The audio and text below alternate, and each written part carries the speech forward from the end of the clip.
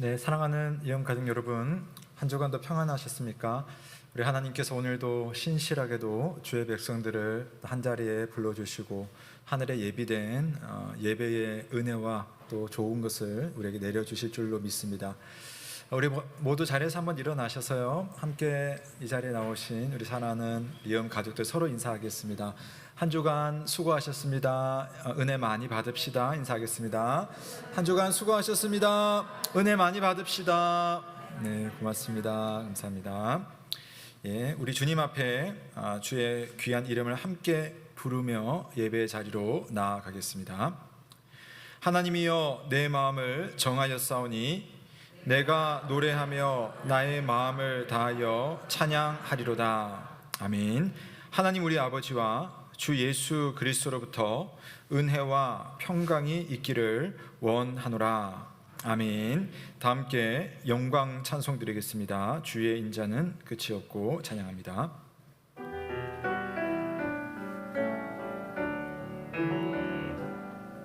주의 인자는 끝이 없고 그의 자비는 무궁하며 아침마다 새롭고 늘 새로우니 주의 성실이 큼이라. 성실하신 주님, 주의 인자는 끝이 없고 그의 자비는 무궁하며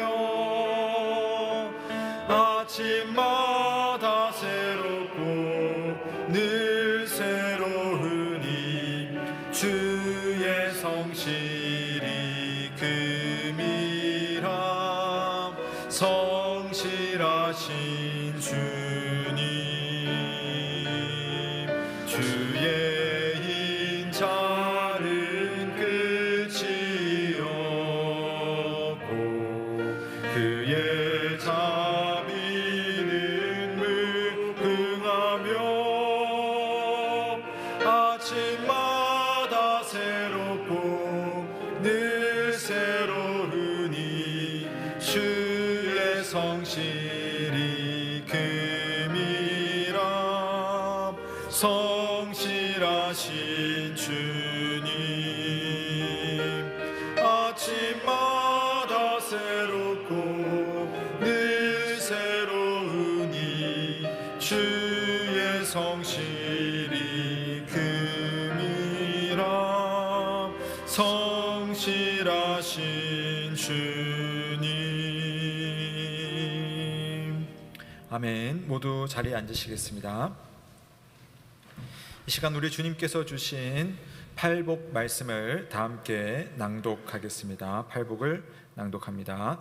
심령이 가난한 자는 복이 있나니 천국이 그들의 것임이요, 애통하는 자는 복이 있나니 그들이 위로를 받을 것이며, 온유한 자는 복이 있나니 그들이 땅을 기업으로 받을 것이며, 의에 줄이고 목마른 자는 복이 있나니 그들이 배부를 것이며, 긍휼히 여기는 자는 복이 있나니 그들이 긍휼히 여김을 받을 것이며, 마음이 청결한 자는 복이 있나니 그들이 하나님을 볼 것이며, 화평하게 하는 자는 복이 있나니 그들이 하나님의 아들이라 일컬음을 받을 것이며, 의를 위하여 박해를 받은 자는 복이 있나니 천국이 그들의 것임이라.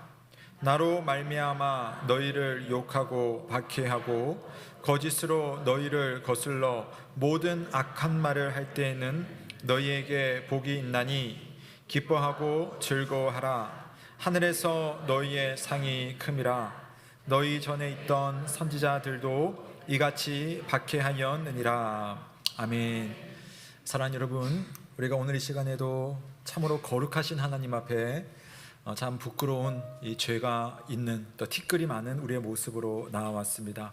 오늘 이 시간 하나님 앞에 함께 참회하며 회개할 때는 오늘 팔복의 말씀처럼 마음의 청결함을 놓고 긍휼히 여김을 놓고 함께 기도하면 좋겠습니다.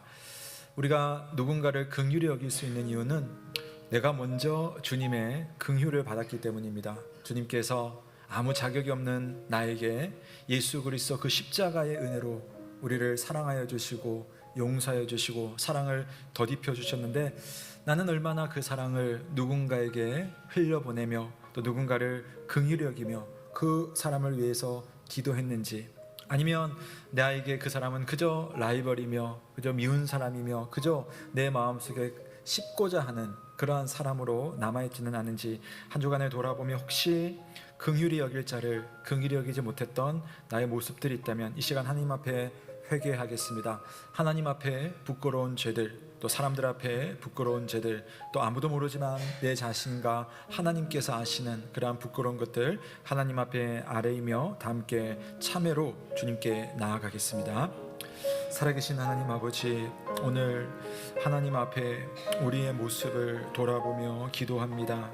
하나님, 나는 얼마나 큰 긍휼을 받은 자임에도 불구하고 작은 것을 나누지 못하고 작은 것을 베풀지 못하고 작은 것에 대해서 하나님 쉽게 실망하고 또 나름대로 정죄하고 또 그 사람에 대해서 온당히 취급하지 않았는지 하나님, 내 마음을 주님 앞에 올려드리며 기도합니다. 아직 불편한 사람들에 대해서 또 처음 만나는 이들에 대해서 정말 주님의 마음으로 축복하거나 기도하지 않은 채 내 감정이 드는 대로 내 마음이 가는 대로 생각하고 또 반응하고 또 그렇게 판단했던 나의 모습들을 주님 앞에 아뢰입니다. 주님, 깨끗한 모습으로 주 앞에 오늘도 서기 원하지만 그러지 못한 나의 모습을 주께서 불쌍히 여겨 주시옵소서. 하나님의 선하심, 하나님의 자비로우심, 하나님의 돌보심이 내 안에도 있음을 생각하며 나도 그러한 믿음으로 이웃들을 아끼고 사랑하며 동료들을 섬기며 교우들을 사랑할 수 있는 그러한 믿음을 가질 수 있도록 주께서 인도하여 주시고 은혜를 베풀어 주시옵소서.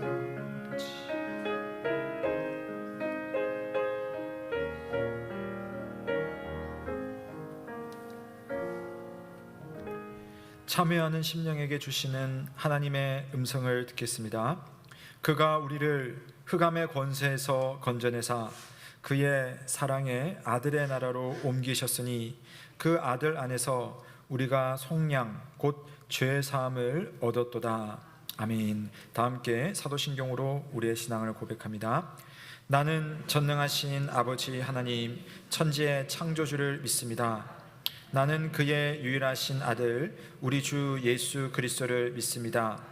그는 성령으로 잉태되어 동정녀 마리아에게서 나시고 본디오 빌라도에게 고난을 받아 십자가에 못 박혀 죽으시고 장사된 지 사흘 만에 죽은 자 가운데서 다시 살아나셨으며 하늘에 오르시어 전능하신 아버지 하나님 우편에 앉아 계시다가 거기로부터 살아있는 자와 죽은 자를 심판하러 오십니다.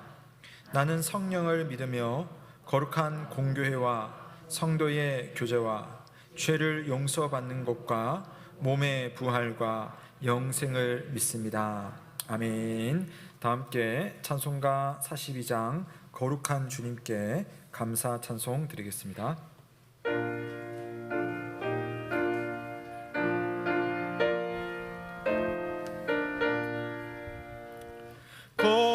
거룩한 주님께 예배를 드리세 무릎을 꿇고서 영광 돌려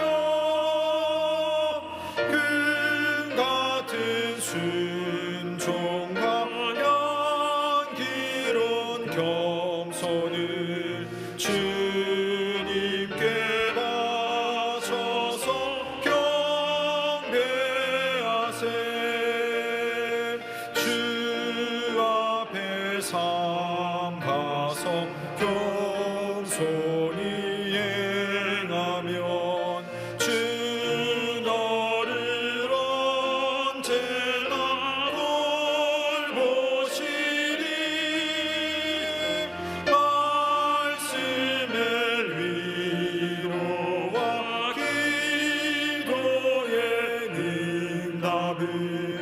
내 갈 길 바르게 인도하리.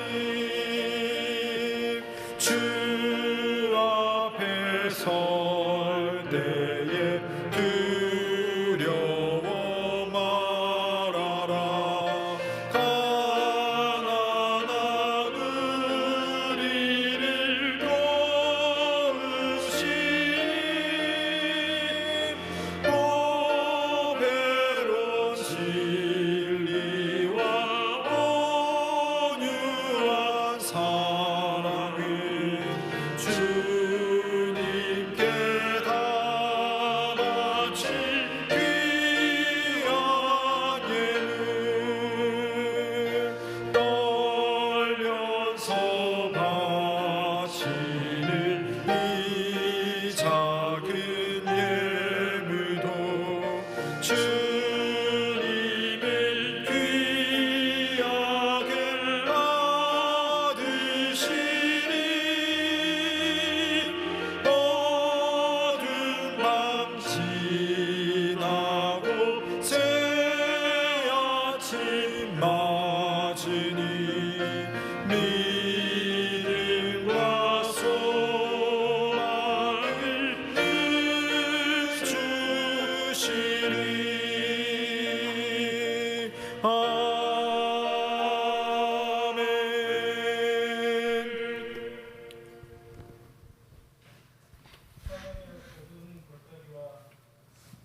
같은 세상 속에서 늘 함께 하시는 전능하신 하나님 아버지께 찬양과 경배를 올려드립니다.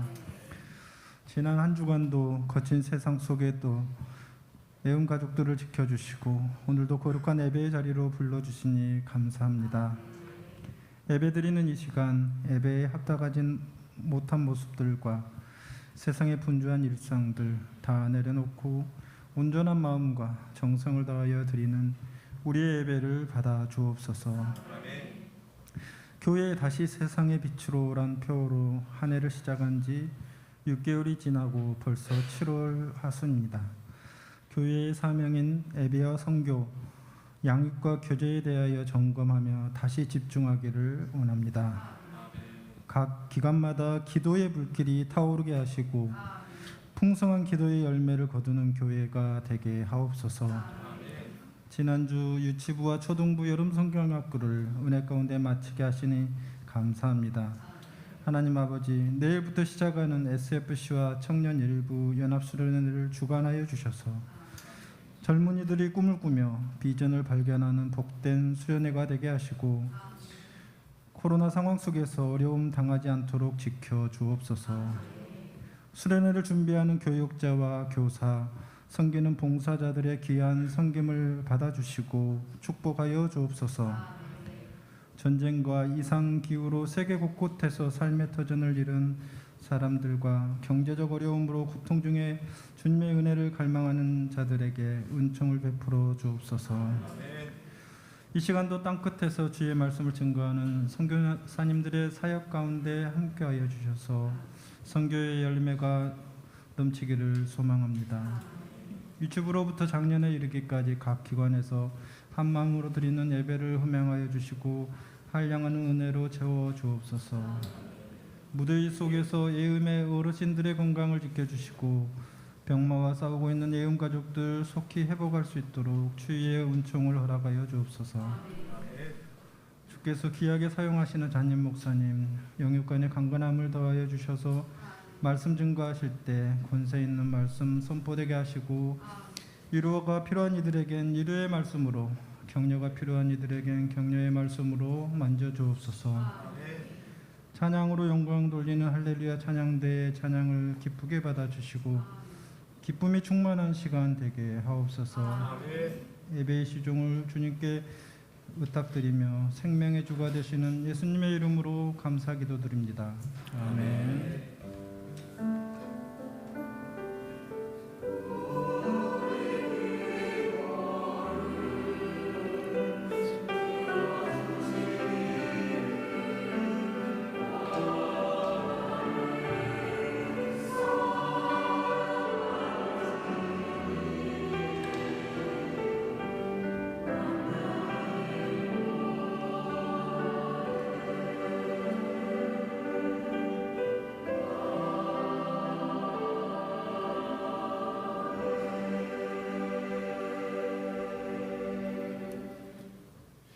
오늘 우리에게 주시는 하나님의 말씀은 마가복음 1장 14절에서 20절 말씀입니다. 신약성경 53면 마가복음 1장 14절에서 20절 말씀을 봉독하겠습니다. 요한이 잡힌 후 예수께서 갈릴리에 오셔서 하나님의 복음을 전파하여 이르시되 때가 찼고 하나님의 나라가 가까이 왔으니 회개하고 복음을 믿으라 하시더라. 갈릴리 해변으로 지나가시다가 시몬과 그 형제 안드레가 바다에 금을 던지는 것을 보시니 그들은 어부라.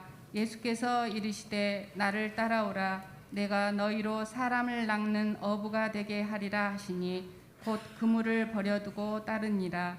조금 더 가시다가 세베대의 아들 야고보와 그 형제 요한을 보시니 그들도 배에 있어 그물을 깁는데 곧 부르시니 그 아버지 세베대를 품꾼들과 함께 배에 버려두고 예수를 따라가니라. 아멘. 이는 하나님의 말씀입니다. 하나님께 감사드립니다. 고맙습니다.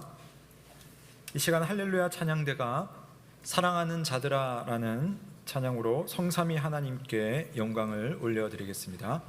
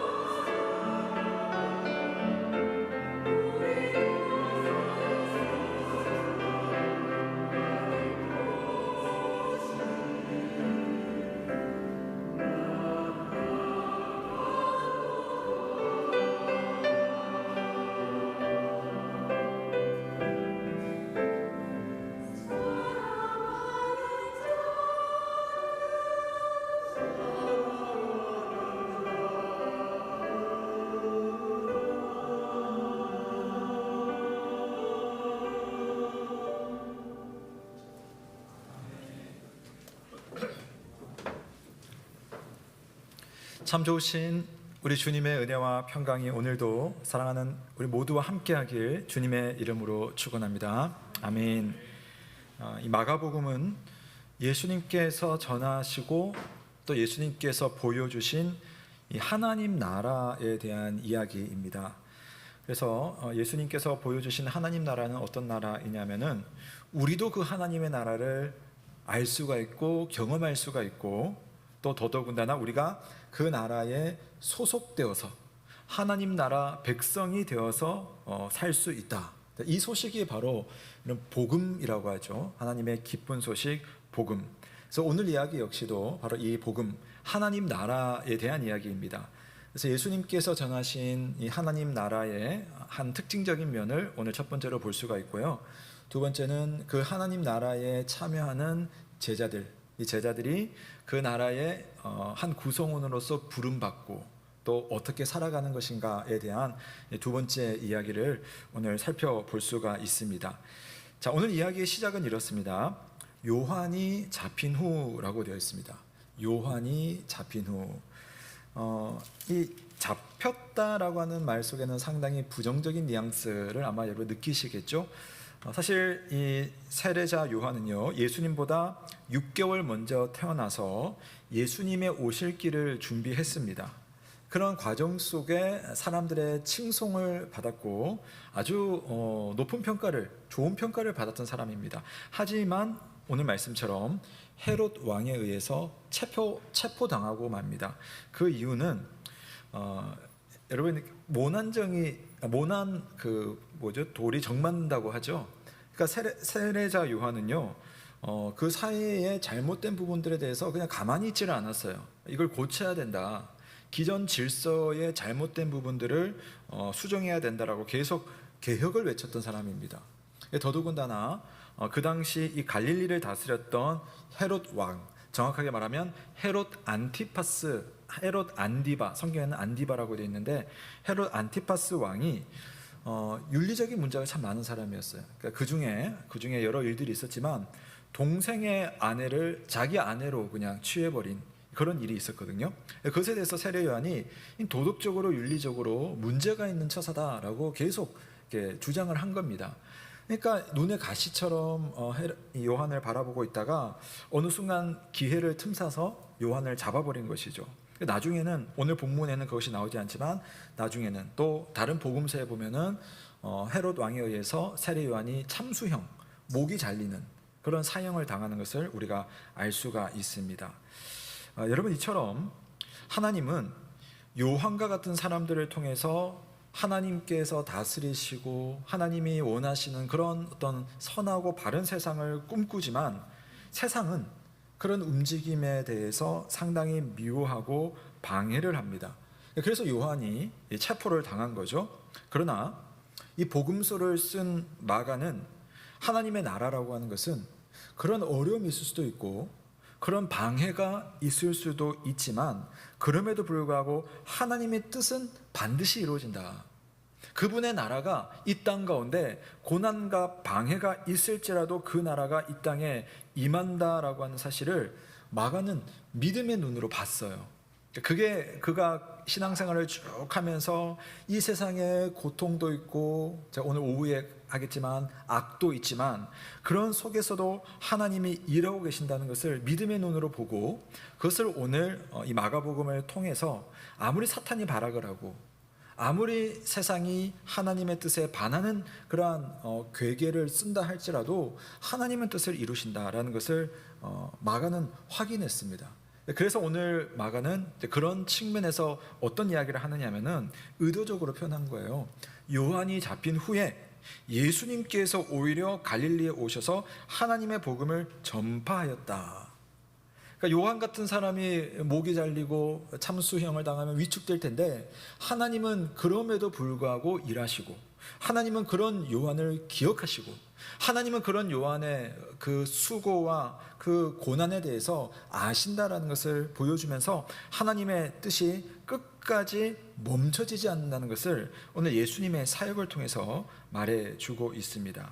여러분, 하나님의 시간은요 정확하게 흐릅니다.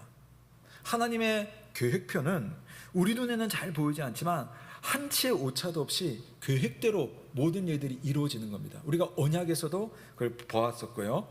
그래서 여러분, 우리가 하나님 나라를 위해서 성도가 기도하고 또 수고하다 보면은 이런저런 일들을 우리가 다 겪잖아요.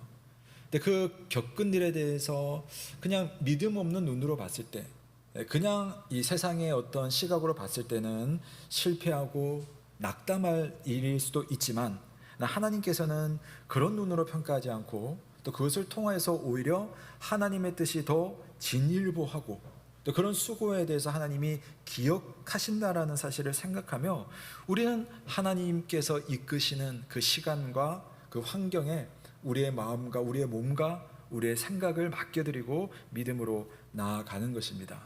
그래서 요한이 잡힌 후에 하나님의 나라가 끝장나지 않아요. 하나님의 나라가 이제 더 확실하게 선언됩니다. 그것이 바로 예수님께서 복음을 전하시는 것인데요. 예수님은 복음을 전했습니다. 기쁜 소식, 복음이라고 하죠. 이 복음은 그런데 보시면 설명하거나 설득하는 게 아니에요. 예수님이 전하시는 복음, 사도들이 전하는 이 복음은 그냥 선포입니다. 선포. 이것이 이렇게 되었다라고 하는 선언, 선포가 바로 복음입니다. 자, 이게 좀 재밌는데요. 마가가 살았던 시대에도 복음이요. 복음이라는 용어는 교회에만 있는 용어가 아니었어요.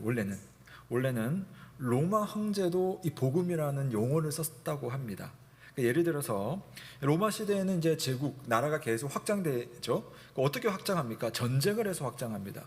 그래서 저 멀리 가서 뭐 갈리아로 간다든지 또 뭐 어떤 지역으로 뭐 고트족과 싸운다든지 이런 식으로 해서 정복을 하고 나면, 승리를 하고 나면 이제 그 모든 공이 왕한테 오는 거예요. 군사들이 싸웠지만 그 모든 공은 왕한테 오고, 그러면서 백성들 앞에 로마 황제가 전쟁에 승리했다는 사실을 크게 선포를 하는 겁니다. 우리가 이겼다. 우리가 저 땅을 차지했다. 이제 저들로부터, 저 정복지로부터 더 많은 세금을 거둘 수 있게 되었다. 자, 그러면 로마인들의 반응이 어떻겠어요? 막 기뻐서 박수치고 환호를 하는 거죠. 왜냐? 그렇게 함으로써 황제 덕분에 우리도 더 좀 경제적으로 나은 삶을 살게 되었다. 그래서 막 기뻐하는 겁니다. 그러니까 실제로 로마 황제의 그 무덤에 보면 비문들 있잖아요. 비문. 그 비문의 기록 중에 이런 기록이 있습니다. 그러니까 가이사 아구스토, 성경에도 나오는데 이 가이사 아구스토의 비문에 보면 황제가 언제 탄생했고 언제 즉위해서 대관식을 했고 또 어떠한 전쟁 통해서 승리를 했고 어떤 정치적인 성과가 있었느냐, 그래서 많은 로마인들에게 유익이 되었다라는 것을 비문에다가 딱 써요. 쓰는데 제일 앞에다가 뭐라고 쓰냐면은 가이사 아구스토 복음의 시작, 이렇게 돼 있어요. 가이사 아구스토 복음의 시작. 여러분 어디서 본 것 같지 않습니까? 마가복음 1장 1절 한번 보십시오. 거기 보면 하나님의 아들 예수 그리스도의 복음의 시작이라 라고 되어 있습니다. 그러니까 로마인들이 그 황제의 비문을 통해서 또 황제의 선언을 통해서 말하는 것은 우리가 이렇게 될 것이다, 뭐 어떤 대통령의 공약이나 어떤 적적사항을 말하는 것이 아니라 실제로 이루어진 일을 선포하는 것이 복음이에요. 그러니까 로마 황제들도 이런 것을 자꾸만 자랑하고 선언을 했는데, 사실은 이 복음이, 진짜 복음이 어디에 있는가라고 하는 것을 로마에 살았던 마가는 로마 황제들이 그렇게 하거나 말거나 진짜 복음, 진짜 우리의 삶에 필요하고 선언되는 사건이 무엇인가를 그 복음이라는 용어를 담아서 예수 그리스도께서 전하신 그 복음, 그 복음을 강조해서 예수님께서 하나님의 복음을 전파했다라고 말합니다. 특히 여러분, 하나님의 복음이라는 말을 여러분 주목해 보십시오. 하나님의 복음, 그냥 복음이 아니에요. 로마 황제가 승리해서 얻은 황제의 복음이 아닙니다. 하나님의 복음입니다. 이 땅에 잠시 살다가 떠나는 그 황제도 세상을 정복해서 기쁜 소식을 전한다면, 세상을 창조하시고 세상을 지금도 다스리시고 관여하시는 그 하나님께서 이 땅에 이루신 일, 게다가 우리에게는 미래일지 몰라도 하나님은 시간을 만드신 분이기 때문에 하나님께는 시간 자체가 어떻게 보면 확정된 겁니다. 그러니까 변함없는 하나님께서 하신 그 일, 그 복음에 대한 소식을 예수님께서 선언하셨다. 그러니까 그분의 말씀을 이제 귀를 기울이라는 겁니다. 예수님은 우리에게 조언을 하거나 설득을 하지 않았어요. 있었던 일을 선언을 하시는 겁니다. 여러분, 이것이 타 종교와 기독교를 비교할 때 보통 크게 좀 다르다라고 할 수 있는 부분인데요. 다른 종교는요, 인생을 바라볼 때에 이 사람들에게 이야기하기를 좋은 조언을 해줍니다. 당신 이렇게 사셔야 됩니다. 또 이러이러한 종교 행위를 하면 신과 통할 수가 있습니다. 또 당신이 선한 마음을 가지고 선한 일을 하면서 살아가면 자연과 하나 되어서 살 수 있습니다. 자, 이렇게 사람이 할 수 있는 노력을 설명하고 당신 이렇게 하십시오 조언하고 설득을 합니다. 대부분 실제로 좋은 이야기들이죠. 그런데 이런 종교적인 가르침들이 기독교의 복음과 상당히 다른 것은, 기독교의 복음은요, 이렇게 하시면 이렇게 됩니다 라고 하는 그런 조언이나 설득이 아니에요. 기독교의 복음은 그냥 선포입니다. 있었던 일을, 하나님께서 하신 일을, 그리고 우리에게는 미래이지만 하나님께는 분명한 사실이고 확정된 사실인 하나님이 하실 일에 대한 그 선포가 하나님의 복음이고 예수 그리스도께서 말씀해 주신 하나님 나라의 기쁜 소식인 것입니다. 여러분, 예를 들어서 요즘 집 사기가 참 힘든 시대잖아요. 집이 필요한 사람에게 여기 가면 좋은 집이 많습니다 라고 알려주는 거 참 좋은 정보죠. 또 부동산 재테크하는 방법을 가르쳐 주는 것은 어떤 사람에게 너무나 적절한 조언이고 도움이 될 겁니다. 그런데 수입은 고정되어 있는데 물가는 계속 오르고 집값은 한정없이 하늘을 찌를 듯이 올라가고 금리를 감당할 수 없는 사람에게 아무리 좋은 조언을 한다고 한들 집을 구할 수가 있겠습니까? 그 대신 어떤 사람이 와서 우리 동네에 아주 마음씨가 너무너무 좋은 대부호가 집이 필요한 사람들에게 지금 집을 나눠주고 있다라고 하는 그 소식이 그 사람에게는 복음이 되는 것이죠. 당신이 노력해서 얻을 수 없는 것을 누군가가 당신을 위해서 준비했다라는 그 사실을 알려주는 것이 바로 복음의 선포인데요. 자, 여러분은 성경에서 조언을 듣고 싶으십니까? 복음을 듣고 싶으십니까? 여러분, 성경을 읽을 때 이렇게 하면 하나님이 내게 복 주시는구나, 그런 조언을 듣고 싶습니까? 아니면 하나님이 내 삶 가운데 이미 복을 내리셨다라는 복음을 듣고 싶습니까? 바라기는 우리 모든 예언 가족들이 하나님의 복음을 듣는 믿음의 사람 되시길 주님의 이름으로 축원합니다. 자, 예수님이 전한 복음 한번 같이 읽어보겠습니다. 우리 14절과 15절 말씀 함께 읽습니다. 시작. 요한이 잡힌 후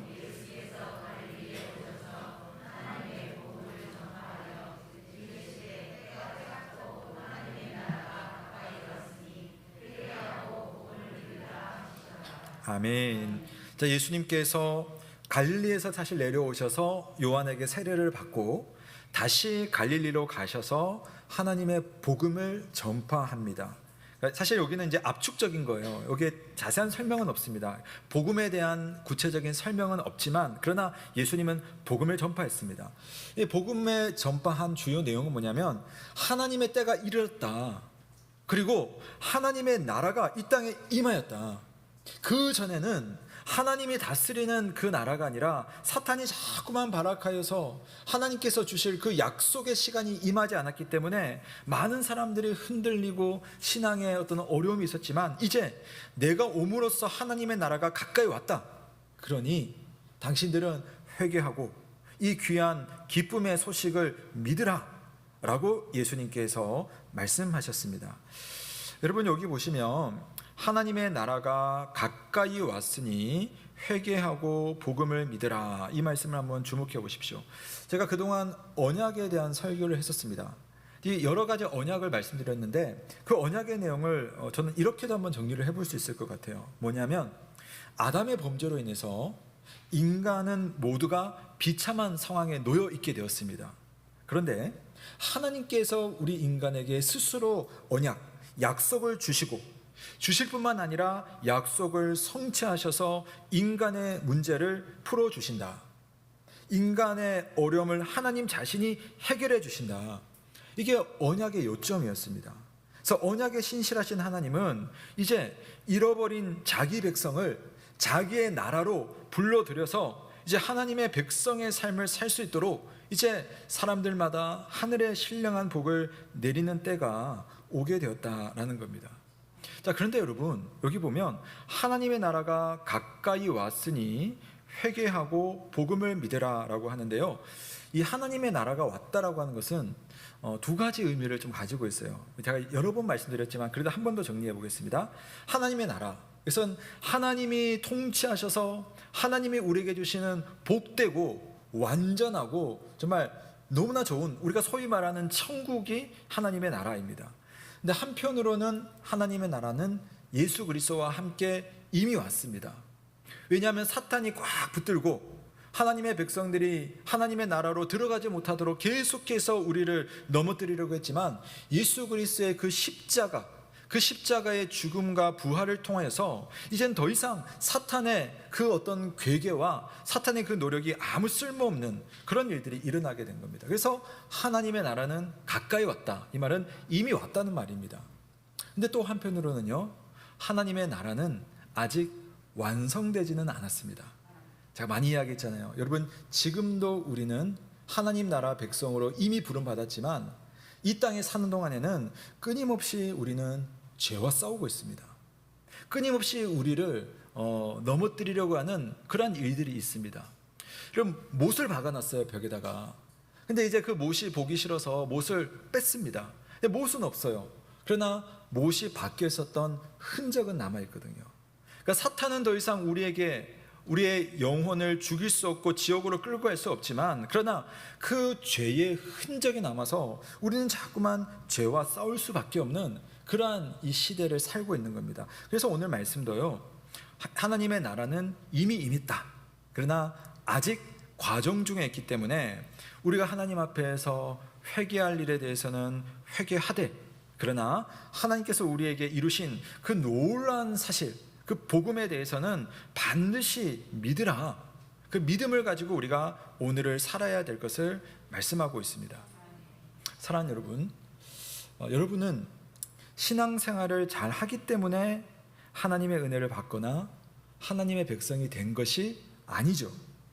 하나님은 그분의 약속으로 인해서 여러분에게 은혜를 내리시고 여러분을 택해 주셨기 때문에 여러분이 하나님의 백성이 된 것입니다. 예수님은 부패한 상태의 우리를 구원하려고 오신 것이지, 우리가 하나님 앞에 뭔가 완성된 신앙생활을 하고 있기 때문에 그 사람들을 골라내서 하나님의 백성으로 불러내신 것이 아니라는 것입니다. 그래서 여러분, 하나님의 복음을 받은 사람, 하나님의 백성인 사람은 감사하는 동시에 또 우리의 연약함을 알고 하나님 앞에 늘 회개하는 사람입니다. 같은 말인데 회개하는 사람이 복음을 믿는 사람인 것이죠. 그래서 여러분이 믿음을 가졌다는 것은 공로가 아닙니다. 우리가 어떤 신앙생활로 잘해도 우리는 그것을 가지고 자랑할 수 없어요. 그것은 그저 하나님이 내게 주신 은혜이고 그 하나님 앞에서 겸손할 수밖에 없습니다. 그래서 우리의 믿음도 복음이고 우리의 신앙생활도 복음이라고 부를 수가 있습니다. 여러분, 오늘 사도 바울은 복음을 뭐라고 했냐면은 하나님의 능력이라고 했어요. 그 복음을 받아들이는 사람은 하나님의 능력이 있어서 우리를 자꾸만 이 천국 백성답게 바꾸어 가는 겁니다. 그래서 우리는 회개를 하는 거죠. 회개가 무엇입니까? 우리가 길을 잘못 들어가지고 조금만 더 가면 절벽에 떨어져서 죽을 수밖에 없는 그 길을 가고 있는데, 회개한다는 것은 턴한다는 말이에요. 돌아선다는 말입니다. 우리가 복음을 가졌기 때문에 하나님은 우리를 회개하게 하시는 것이고, 여러분이 살며 날마다 회개한다는 것은 여러분 안에 하나님의 복음의 능력이 있기 때문에 회개가 가능하다는 사실을 믿으시기를 바랍니다. 그리고 그렇게 살다 보면 우리의 삶 속에 때로는 환난도 있고 고난도 찾아오고 실패가 있을 수도 있습니다. 바로 그때 여러분에게 필요한 것은 뭐냐? 내가 이렇게 넘어졌으니까 난 안 돼가 아닙니다. 이렇게 넘어졌지만 이런 나를 불러주신 하나님의 복음 때문에 내가 하나님 나라 백성이 되었어. 주님은 다시 나를 일으켜 주실 그 좋으신 하나님이야 라는 그 사실을 믿으면서 예수 그리스도 그분이 내게 해주신 그 십자가의 은혜와 능력을 믿는 사람들은 언제든 다시 일어나서 하나님의 길로 갈 수 있다는 사실을 믿으시기를 바랍니다. 그래서 여러분 앞으로 마가복음을 쭉 볼 텐데요, 마가복음에서 예수님이 하시는 모든 일들은 다 복음입니다. 병든 자를 고치시는 예수님, 마음이 상한 자를 만나주시고 그 사람을 고치시는 예수님, 자연 만물을 잠잠하라고 그렇게 외치시고 그렇게 만드시는 그 예수님의 능력은 바로 우리에게는 복음이 되고, 우리를 하나님의 나라 백성답게 살 수 있는 그 힘이 내게 있는 것이 아니라 그분께 있고, 그분을 믿는 자마다 하나님 나라의 영광스러운 삶을 지금 이 순간도 끊임없이 살 수 있다는 사실을 믿으시기를 바랍니다. 자, 그렇게 하기 위해서 여러분, 우리 예수님은요 그냥 우리를 내버려 두시지는 않으세요. 우리를 부르십니다. 당신의 백성으로 살도록, 당신과 동행하도록, 당신이 주시는 은혜를 누릴 수 있도록 당신의 제자로 부르시는 겁니다. 그래서 그 다음 장면이 뭐냐면, 마가는 좀 의도적으로 배치를 했어요. 그래서 예수님께서 4명의 제자를 부르시는 장면으로 오늘 본문을 배치를 했습니다. 참고로 말씀드리면요, 모든 복음서가 예수님의 어떤 일생을 시간대별로 정리한 게 아닙니다. 이 복음서의 저자들마다 자기들의 강조점이 있어요. 그래서 그 강조점에 맞도록 사건들을 좀 배열합니다. 대체적으로는 시간의 흐름이 있지만, 그러나 반드시 시간대로 가는 것이 아니라 옛날에 있었던 일을 지금 조금 후대에 이야기하고, 후대에 있었던 일을 좀 앞에다가 배치하기도 하고, 그게 이제 이 복음서를 좀 읽는 방법인데요. 자, 오늘은 제자를 부르는 장면부터 일단 볼 수가 있습니다. 갈릴리 해변을 지나가시던 예수님께서 우선 2번 제자를 부르는데요, 첫 번째는 베드로인 시몬과 그 형제 안드레가 그물을 던지는 모습을 보셨습니다. 그 모습을 보시다가 예수님께서 곧바로 2 사람을 불러요. 나를 따라오라. 내가 너희로 사람을 낚는 어부가 되게 하리라 라고 주님 말씀하셨습니다. 그랬더니 2 사람의 반응이 곧 그물을 버려두고 예수님을 따라갑니다. 자, 그리고 이제 조금 더 가게 됩니다. 자, 이번에는 세베대의 아들인 야고보와 그 형제 요한이 또 역시 배에서, 갈릴리 주변은 대부분 이제 어부들이니까요, 배에서 그물을 깃고 있는 장면을 봤어요. 예수님께서 또 지체하지 않고 그 사람들을 곧 부릅니다. 그때 2 사람은 또 배에다가, 배에 아버지가 계시고 또 일꾼들이 있어요. 좀 부유해 보입니다. 그래서 일꾼들이 있는데 그 사람들 다 남겨두고 그냥 내려서 예수님을 다 따라가 버립니다. 자, 예수님께서 제자들을 이렇게 부르시고 제자들이 이렇게 반응합니다. 또 재밌는 것이, 주님이 부르시는 방법은 좀 그렇습니다. 2장으로 넘어가면 또 이런 장면을 볼 수 있습니다. 2장 14절 말씀해 보면, 알페오의 아들 레위가 세관에 앉아있는 것을 보시고 그에게 이르시되 나를 따르라 하시니 어떻게 합니까? 일어나 따르니라. 자, 뭔가 패턴이 있죠. 예수님께서 제자를 삼는 이런 패턴은 사실은 그 당시의 관습에서 봤을 때는 상당히 독특한 일이었어요. 원래는 그렇게 안 하거든요. 그 시대의 사제 관계는 어떠냐면은 스승이 제자를 찾아가서 부르는 일이 없어요. 어떻게 했냐면은 제자들이 유명한 스승 랍비가 있다는 사실을 딱 들으면 그 사람한테 가서 율법을 배워야겠다 해서 스승을 찾아가는 것이 일반적이었습니다. 뭐 고대 그리스라든지 로마의 철학자들도 그렇잖아요. 유명한 철학자가 있으면, 소크라테스가 있으면 그분한테 가서 배우는 겁니다. 또 어떤 데는 가가지고 소피스트 같은 그런 철학자들한테는 거기 가서 배우면서 학원비를 내고 그렇게 이제 배우기도 하고. 그런데 오늘 예수님은 그렇게 하지는 않습니다. 예수님은 제자가 될 만한 사람들이 자기를 찾아오는 것을 기다리는 대신 스스로 나가서 제자들을 찾는 모습을 보여줍니다. 그리고 또 신기한 것은 나를 따르라라고 할 때 안 따르면 어떡할 겁니까? 그렇다면 예수님께서 구구절절 나를 따라오면 이렇게 될 것이고 내가 너를 이렇게 좋게 만들 것이다 할 수도 있겠지만 주님은 설득하지 않고 단 한마디, 내가 너희로 사람을 낚는 어부가 되게 하리라. 그 말씀 한마디면 좋겠습니다. 자, 왜 그러냐면 여러분이 예수님의 이 부르심을 보면 성경에 나오는 한 분이 떠오르실 겁니다. 누가 떠오르실까요? 예수님의 이 부르심은 상당히 흡사한 모습을 보이는 한 분이 성경에 있어요. 누구냐면 바로 하나님이십니다. 하나님께서는 하나님의 사람을 부르실 때에 마치 예수님처럼 그냥 그 사람을 부르고 내가 너를 이렇게 할 것이다 한마디만 하면 그 사람이 하나님의 그 부름에 따라서 응답해서 오는 것을 볼 수가 있습니다. 예를 들어서 하나님은 아브라함을 부르실 때에 열심히 설명하고 설득하지 않습니다. 그냥 복음은 선언하고 선포하는 거라고 했잖아요. 너는 너의 고향과 친척과 아비 집을 떠나 내가 너에게 보여줄 땅으로 가라. 내가 너로 큰 민족을 이루고 내가 너를 복이 되게 할 것이다. 하나님은 그 한마디를 하셨는데 자세한 내용이 없는데도 아브라함은 그 하나님의 권위, 하나님의 그 능력에 압도되어서 하나님을 따라 나서는 겁니다. 모세를 부를 때도 그러셨어요. 이제 내가 너를 바로에게 보내어 너에게 내 백성 이스라엘 자손을 애굽에서 인도하여 내게 하리라 라고 그 말씀을 했더니, 물론 모세는 인간적으로 고민이 참 많았지만 그러나 그 하나님의 선언 앞에서 반응하여서 네, 제가 가겠습니다 라고 했던 것이죠. 내가 너에게 보여줄 땅, 내가 너를 바로에게 보내어. 그러면 하나님께는요 모든 것의 계획과 모든 것의 방도와 모든 것의 길이 있습니다. 마찬가지로 이 복음을 받아들인 성도들, 여러분에게도 하나님께서는 모든 계획과 모든 방도와 모든 길이 있어요.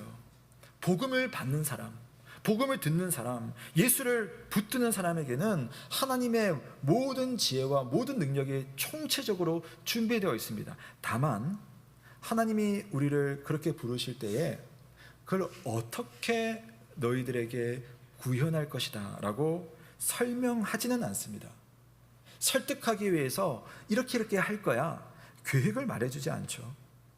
예수님의 방식도 그렇습니다. 나를 따르라 이 말 자체에 권위가 있지, 내가 너를 어떤 식으로 사람을 낚는 어부가 되게 할 것이다, 너에게 앞으로 이런 일이 있을 것이다, 주님은 그렇게 말하지 않아요. 그저 나를 따르라 이 말에 권위가 있습니다. 그러나 이 권위 있는 말에 맹목이나 강압이 있는 것은 아닙니다. 왜냐하면 주님은 이 말을 하면서 그냥 입닥치고 따라오라가 아닙니다. 내가 너에게 길을 보여줄 것이기 때문에, 내가 너희의 길을 인도할 것이기 때문에 나를 따라오라 라고 하는 세심한 배려의 마음이 담겨 있어요. 자, 이걸 여러분 우리 원래 이 성경은 번역이잖아요. 헬라어 성경에 보면 조금 우리가 이해를 할 수 있는 표현이 있는데요. 한번 좀 이 시간 보실게요. 자, 제일 위에는 나를 따르라, 우리 개역 개정 한글 성경입니다. 근데 그 밑에는 이제 헬라어 그리스로 된 성경이에요. 거기 보면 한번 읽어드릴게요. 데우테 오피소 모우라고 하는 헬라어의 표현이 있습니다. 이게 우리 말로 번역하면 나를 따르라인데 그냥 그대로 직역을 해보면 데우테 따르라, 오피소 뒤를, 모우 나의라는 말입니다. 이걸 한번 연결을 해볼게요. 내가 앞서 갈 것이니 나를 보고 따라오라. 그 의미가 있는 겁니다. 그냥 따라오라가 아니에요. 내가 너의 길을 인도할 거다. 너 한번 해볼래? 이렇게 한번 해보자. 설득하고 조언하는 것이 아닙니다. 너희가 무엇을 찾아내라 라고 말하는 것이 아니에요. 내가 너희들보다 앞서가서 내가 너희들의 길을 낼 것이며 내가 너희들을 위해서 모든 것을 다 준비할 것이니 너희들은 내가 이끄는 길을 따라 나를 따라와라 라고 하는 것이 바로 주님의 부르심이었습니다. 심지어 이것을 설명하지 않았지만 제자들은 그 주님의 확신 있는 말씀 앞에서 그걸 압도적으로 느낀 겁니다. 그래서 마가는요 즉시 곧 이라는 표현을 통해서 주님이 말씀하셨을 때에 제자들이 곧 그물을 버려두고 따르니라 라고 되어 있습니다.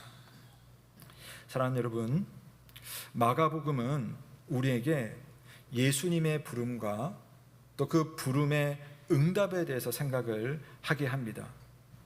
예수님은 우리에게 어떤 출발선에 서서 여러분에게 믿음의 결단을 요구하실 때가 종종 있습니다. 우리가 설교도 그렇죠. 설교 말씀을 들을 때도 그 말씀하신 그 하나님의 말씀이 때로는 내가 이미 가지고 있는 머릿속의 생각과 내가 그동안 경험했던 그런 내 몸의 경험이 자꾸만 주님의 말씀과 충돌하고 부딪힐 때가 있지 않습니까?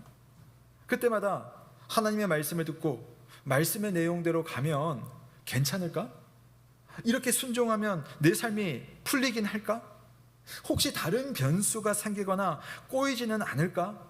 계산이 많은 우리들은 말씀을 듣고도 그 말씀 앞에 자꾸만 고민하면서 갈팡질팡하는 겁니다. 사랑하는 여러분, 그런 우리들에게 예수님은요 설득하려고 노력하지 않습니다. 내가 너 이렇게 해줄 테니까 한 번만 좀 더 생각하고 제발 내 말을 좀 들어봐. 하나님은 그러지 않고 그냥 선언하고 선포하는 겁니다. 나를 따르라. 믿음으로 이 길을 오라.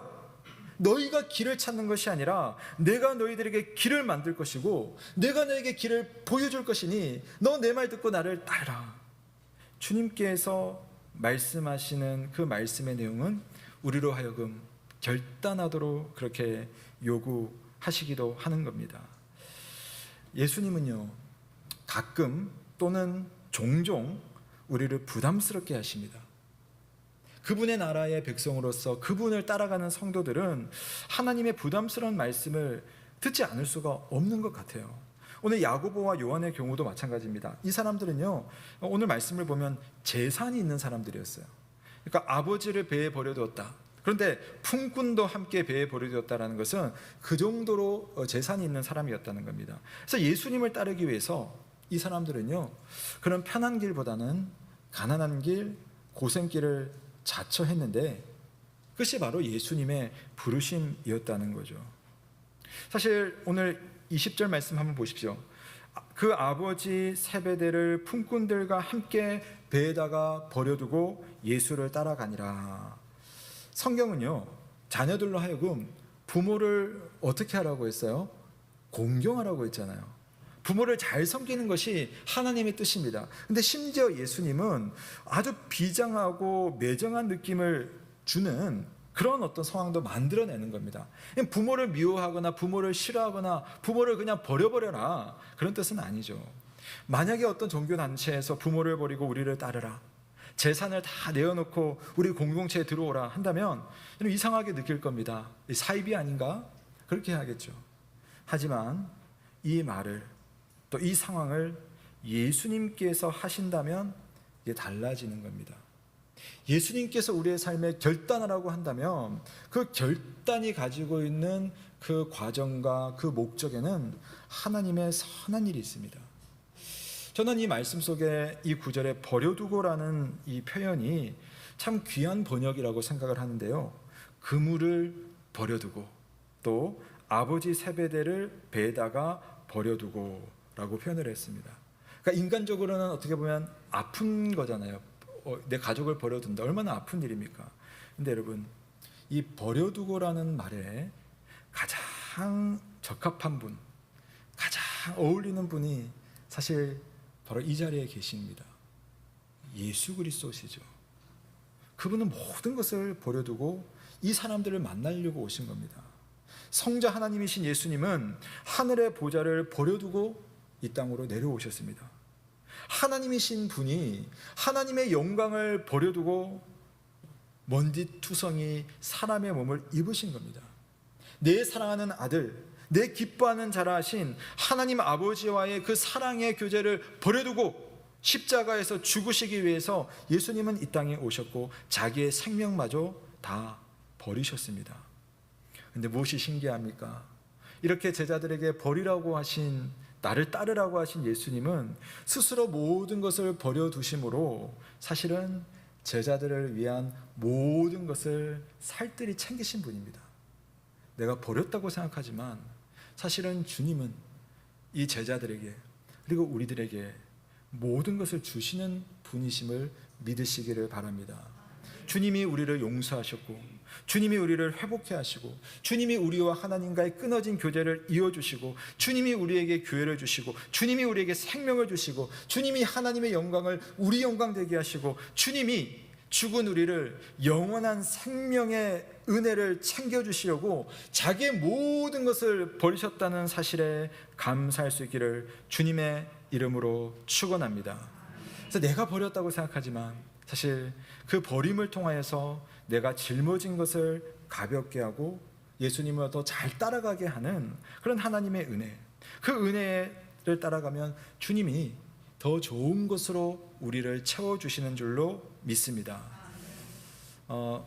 선교사 리트릿에 제가 참 많은 은혜를 이번에 받았는데요. 제가 셋째 날에 CCM 가수 송정미 선생 교수님을 모시고 찬양 콘서트를 했어요. 거의 우리가 이제 매해 송정미 교수님 모시고 찬양을 하는데, 사실은 이제 뭐 저희는 계속 보니까 레파토리가 거의 비슷해요. 거의 이제 비슷한 레파토리를 가지고 선교사님들이니까 대상도 거의 같으니까 비슷한 레파토리를 하는데, 올해는 그 중에 좀 특이한 레파토리를 부르셨어요. 그게 뭐였냐면은 조가를 부르셨어요. 조가가 뭡니까? 장례식에 가가지고 죽은 그 장례식에 가서 그것을 하나님 앞에서 또 슬픔을 하나님 앞에 감사와 또 다짐으로 표현하는 게 조가잖아요. 그 조가를 얼마 전에도 불렀는데, 아니 조가를 가지고 우리 성사 리트릿에서 선교사님들께 격려하려고 모인 자리에 조가를 들고 가지고 조가를 쫙 부르는 거예요. 근데 그 조가의 노래는 뭐였냐면은 그 뭐죠? 나를 지으신 이가 하나님, 그 찬양 있잖아요. 그 찬양을 그때 불렀다고 하면서 그 자리에서 부르셨습니다. 그래서 자녀를 잃은 가정에 가서 그 찬양을 조가로 부르고, 이제 그때 어떤 경험이나 그 기억을 가지고 여기 와서 찬양을 이제 부르신 겁니다. 나를 지으신 이가 하나님, 또 나를 뭐 만드신 이가 하나님, 나를 뭐죠? 제가 갑자기 기억이 안 나는데, 그걸 이제 뭐라고 바뀌었냐면은 나를 지으신 하나님께서 또 나를, 선교사님들이니까 보내신 하나님, 뭐 이렇게 또 개사도 하시고 그랬어요. 그래서 이제 들으면서 되게 워낙 잘하시는 분이니까 뭐 감동도 받았어요. 근데 나중에 제가 그걸 한번 복기를 해보고 또 저희 임원들이랑 같이 좀 이야기를 해봤는데, 제 마음에 정말 하나님의 손길을 참 느꼈습니다. 그게 뭐였냐면, 알고는 있었는데 제가 생각을 못했었는데, 사실 이번 선교사 리트릿에는 자녀를 잃은 선교사님들이 많이 오셨어요. 희한하게 그런 적이 그렇게 없었는데, 선교사님 중에 얼마 전에 어린 자녀를 잃은 부모도 계셨고, 그 다음에 이제 갓 대학생이 된 자녀를 그 몇 년 됐지만 대학생인 자녀를 잃은 부모도 계시고, 또 올해 초입니다. 이제 직장에 취업해가지고 직장을 잘 다니고 있는 그런 딸을 잃은 그런 선교사님도 계시고, 그런 분들이 올해는 이상하게 많이 오셨어요. 근데 송정미 교수님에게는 저희가 그 이야기를 해드린 바가 없거든요. 근데 참 이상하게 하나님께서 이전에 하지도 않았던 그런 찬양, 또 조가라고 스스로 밝히면서, 근데 그런 먼저 가신 일을 생각하며 하나님께서 그들을 받아주시고 그들을 안아주시고 또 그들을 하나님의 열매로 대해주신다는 그런 표현들을 하면서 그 이야기를 다 하시고 찬양을 부르는데요. 물론 찬양을 워낙 잘하신 분이지만 우리 중에는 그 찬양의 내용, 그 찬양 자체로 인해서 놀라운 하나님의 위로를 받은 그런 선교사님들이 계셨을 것입니다. 그럼 제가 드리고 싶은 말씀은, 우리가 주님을 따라가다 보면 예상치 못하게 포기하는 것들이 있습니다. 포기해야 되는 것이 있고요, 때로는 버려야 될 것이 있습니다. 근데 그럼에도 우리가 담대하게 그것을 할 수 있는 것은 주님께서 우리보다 더 큰 것을 버리셨기 때문입니다. 주님이 내가 포기하고 내가 잃어버리고 내가 버린 것을 사실은 더 채워주시고, 사실은 더 하나님의 은혜로 우리를 감싸주시고, 그 속에서 영원한 생명, 영원한 부활을 통해서 그 사랑하는 이들을 다시 만날 때에 그 기쁨을 예비하시면서 우리를 위로해 주시는 분이, 스스로 모든 것을 버리시고 우리를 찾아오신 그 예수님이라는 사실을 믿으시기를 바랍니다. 우리가 하나님 나라 백성으로 살아가면서 우리는 많은 일을 만나게 될 것입니다. 그러나 그 많은 일을 만나면서도 우리가 주눅들지 않고 오늘을 살아갈 수 있는 이유는 예수님이 복음의 주인공이시고 예수님이 이렇게 될 것이야 라고 희망 고문을 하는 것이 아니라 난 이렇게 했어, 너희들에게 반드시 나의 은혜와 나의 능력이 있을 것이야 라고 선언해 주시는 그분의 복음 때문에 우리는 믿음으로 오늘도 살 수 있음을 믿으시기를 바랍니다. 예수님의 말씀은 능력이었잖아요. 앞으로 보게 되는 마가복음을 보면 예수님은 계속 그랬어요. 말씀을 하시면 말씀대로 다 이루어집니다. 더러운 귀신에게 잠잠하고 사람에게서 나오라, 귀신이 쫓겨갑니다. 사탄을 다스리는 거죠. 광풍이 있는 바다에게 잠잠하고 고요하라, 그럼 바다가 고요해집니다. 자연 만물을 다스리는 거죠. 달리다굼 소녀야 일어나라 하면 죽은 아이가 살아나고, 에바다 열려라 그러면 귀먹은 사람의 귀가 들리게 됩니다. 인간의 생사복을 주장하십니다. 그리고 마지막 십자가에서 정말 크게 고통 가운데 외쳤을 때에 성전의 휘장이 위에서부터 아래로 찢어지면서 우리는 이제 하나님과 화평할 수 있는 은혜의 자리에 서게 되었습니다. 이것이 바로 주님의 능력인 거죠. 구약성경 시편에 보면요, 그가 말씀하심에 이루어졌으며 명령하심에 경고히 섰도다.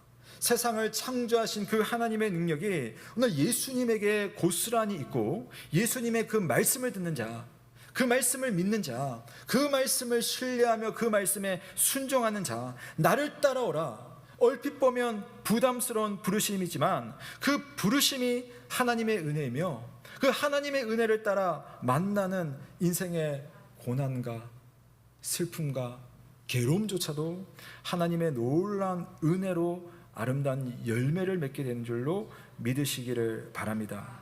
심지어 베드로를 보십시오. 실패한 제자도 다시 일으켜서 제 길로 가게 하시는 예수님의 사랑과 능력이 오늘 우리 모두에게 있음을 믿으시기를 바랍니다. 아멘. 이 시간 함께 말씀을 생각하시며 찬송가 528장 예수가 우리를 부르는 소리 찬송하며 봉헌하시고 기도의 시간 갖겠습니다.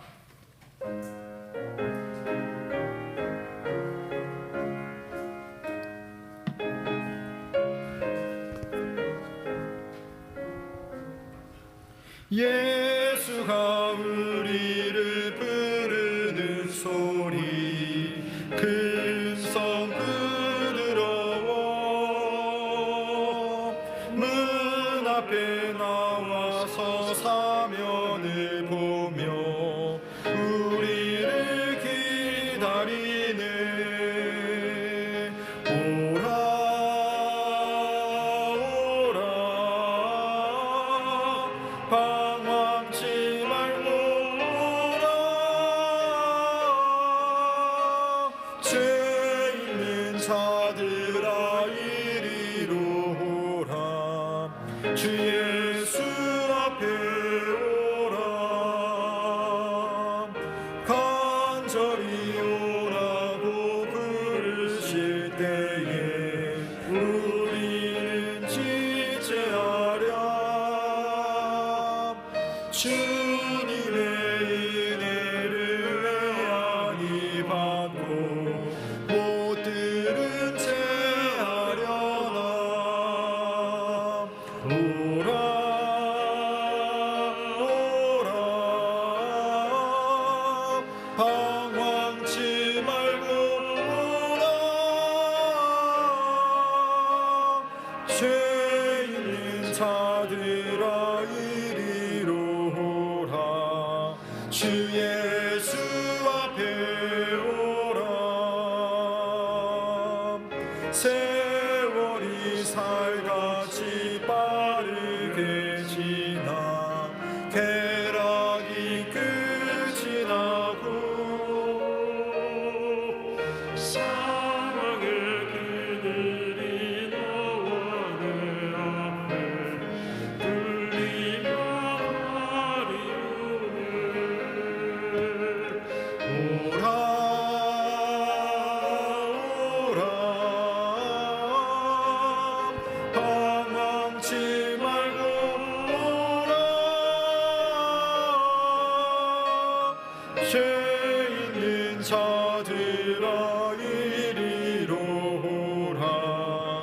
주 예수 앞에 오라. 우리를 위하여 예비해 두신 영원한 진이 있어. 죄 많은 세상을 떠나게 될 때 영접해 주시겠네. 오라 오라 방황치 말고 오라. 죄 있는 자들아 이리로 오라. 주 예수 앞에 오라. 사랑하는 성도 여러분, 우리 예수님께서 그 시절 요한이 잡히고 또 시절이 참 상엄할 때도 예수님은 오히려 그런 중에 하나님의 나라가 임하고 하나님의 뜻이 이루어진다는 것을 더 확신 있게, 더 자신 있게, 설득이 아니라 선언과 선포로 그 복음을 주의 백성들에게 선언해 주었습니다. 예수님의 복음은 어떤 실수에 대해서 고치는 것이 아니라 하나님의 완벽한 계획이 우리에게 일어난 것입니다. 내가 이 땅에 있기도 전에 나를 지으신 이가 계시며, 내가 이 땅에 살기도 전에 내 삶을 아시는 우리 하나님께서 내가 이 땅에 살며 만나는 수많은 인생의 고락과 심지어 실패 가운데서도 하나님 우리에게 선한 일을 이루시는 참 좋으신 분이십니다. 그러므로 우리는 하나님의 나라 백성으로 하나님의 뜻을 위해서 살아갈 때에 이런저런 인생의 어려움 앞에서 거기에 주눅들 것이 아니라 오히려 당당한 마음으로 나를 세우시는 하나님, 나를 도우시는 하나님, 내 길을 아시는 그 하나님을 의지하며 힘차게 믿음의 삶을 살다가 마지막 주님께서 우리에게 보여주실 그 영원한 면류관과 하늘의 그 큰 복락을 누리게 될 것을 믿습니다. 그러므로 여러분 함께 이 시간 먼저 감사의 기도를 드리면 좋겠습니다. 하나님, 우리에게 될까 말까를 설명한 것이 아니라 하나님이 하셨다라는 그 복음을 우리에게 들려주시니 감사드립니다. 그리고 내가 이 복음을 가지고 오늘을 살며 때로는 회개할지라도 다시 일어설 수 있고 다시 회복될 수 있고 다시 선한 길로 하나님을 따라 갈 수 있다는 이 영광스러운 사실을 생각하며 오늘 내가 이 땅에 살면서 하나님 나라 백성답게 그리스도의 사람답게 그렇게 믿음으로 살아갈 수 있도록 주여 나를 인도하시고 내게 날마다 새 힘을 허락하여 주옵소서. 우리 함께 기도하며 주님 앞에 나아가시겠습니다. 살아계신 하나님 아버지, 감사를 드립니다. 하나님, 주님의 복음은 내가 하는 것 아니고 내가 이룬 것 아니고 주께서 하신 일이며 주께서 주신 은혜이며 주께서 반드시 이루실 놀라운 하나님의 축복이며 능력임을 믿습니다. 오늘을 살아가며 만나는 세상의 많은 일들 앞에서 주눅들지 말게 하시고 내가 있는 모든 일에 예수 그리스도의 그 능력과 그 하신 일과 하나님의 그 반드시 이루실 그 귀한 나라를 생각하며 믿음으로 반응하며 믿음으로 순종하며 믿음으로 살아가는 우리가 될 수 있도록 주여 인도하여 주옵소서. 때때로 실수할 수 있고 때때로 넘어질 수 있고 때때로 큰 상처를 입을 수도 있습니다. 그러나 나를 위해 모든 것을 이미 버리신 주님께서 내게 채워줄 좋은 것, 나를 위로하실 좋은 하나님의 그 은혜를 바라보며 생각하며 오늘을 주님 앞에 기꺼이 맡겨드리고 때로는 버리고 때로는 상하고 때로는 아픈 것까지도 주님 앞에 받을 수 있는 그런 우리가 될 수 있도록 주께서 인도하여 주옵소서. 오늘 주님 앞에 고백하며 또 고민하며 은혜를 구하는 모든 성도들의 삶 가운데 하나님의 놀라운 은혜가 있기를 주여 간절히 바라오니 주께서 역사하시고 주께서 새 일을 행하여 주시옵소서. 하나님, 우리를 선하게 인도하시고 하나님 복 주시길 간절히 바라오며 예수 그리스도 이름으로 기도합니다.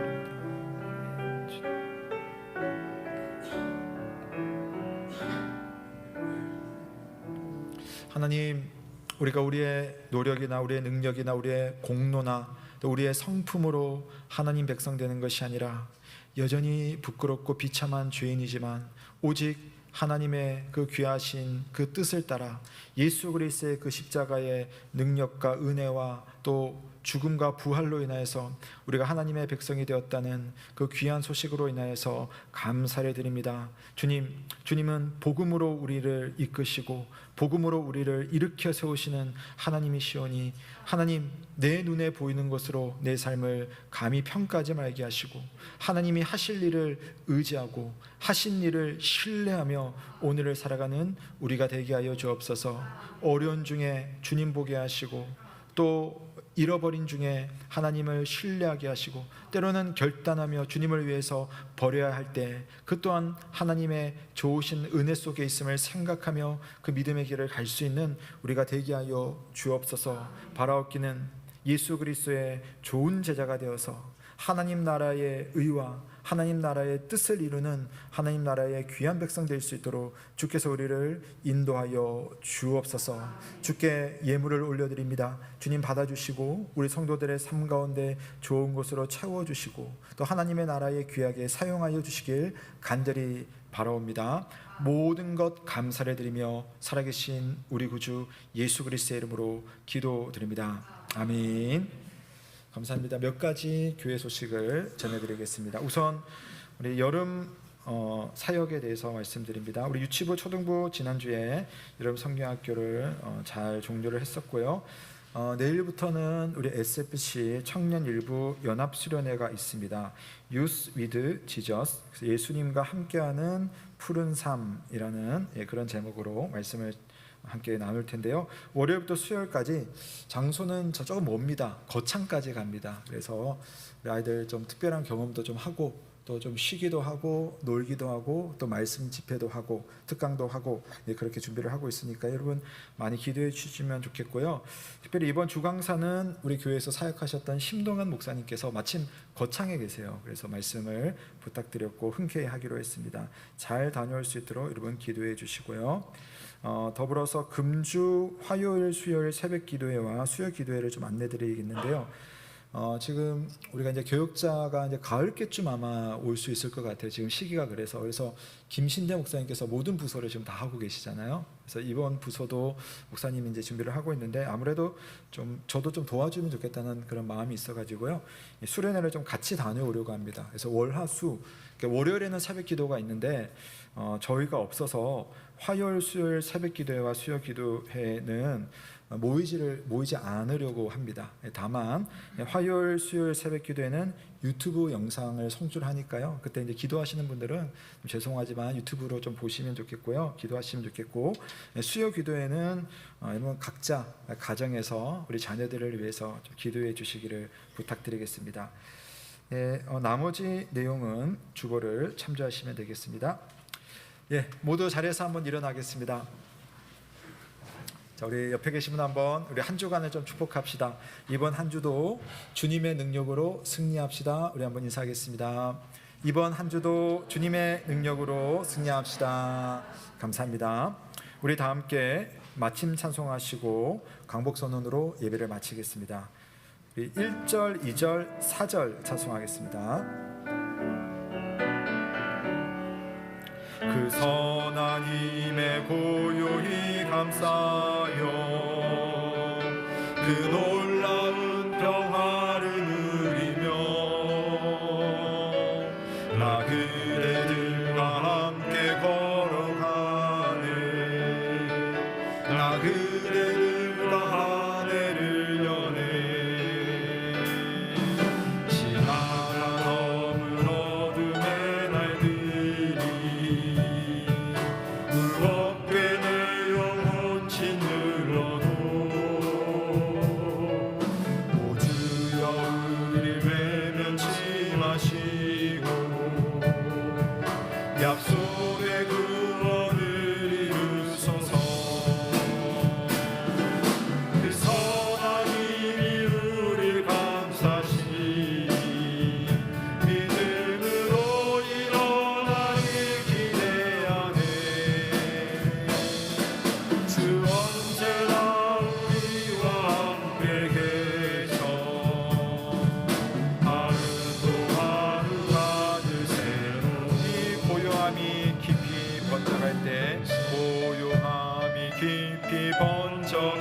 할 때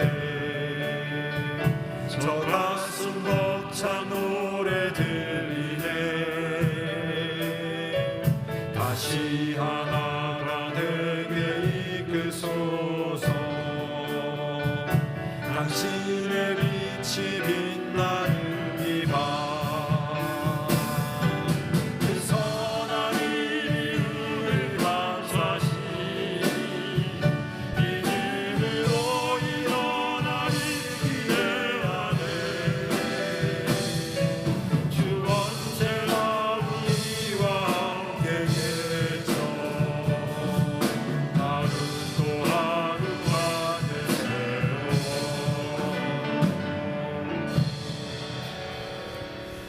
사랑하는 성도 여러분, 평강 중에 세상으로 나아가십시오. 마음을 다하고 목숨을 다하고 뜻을 다하여 하나님을 사랑하며 이웃을 내 몸과 같이 사랑하시길 바랍니다. 우리 주 예수 그리스도의 은혜와 하나님의 사랑과 성령의 교통하심이 너희 무리와 함께 있을지어다. 아멘.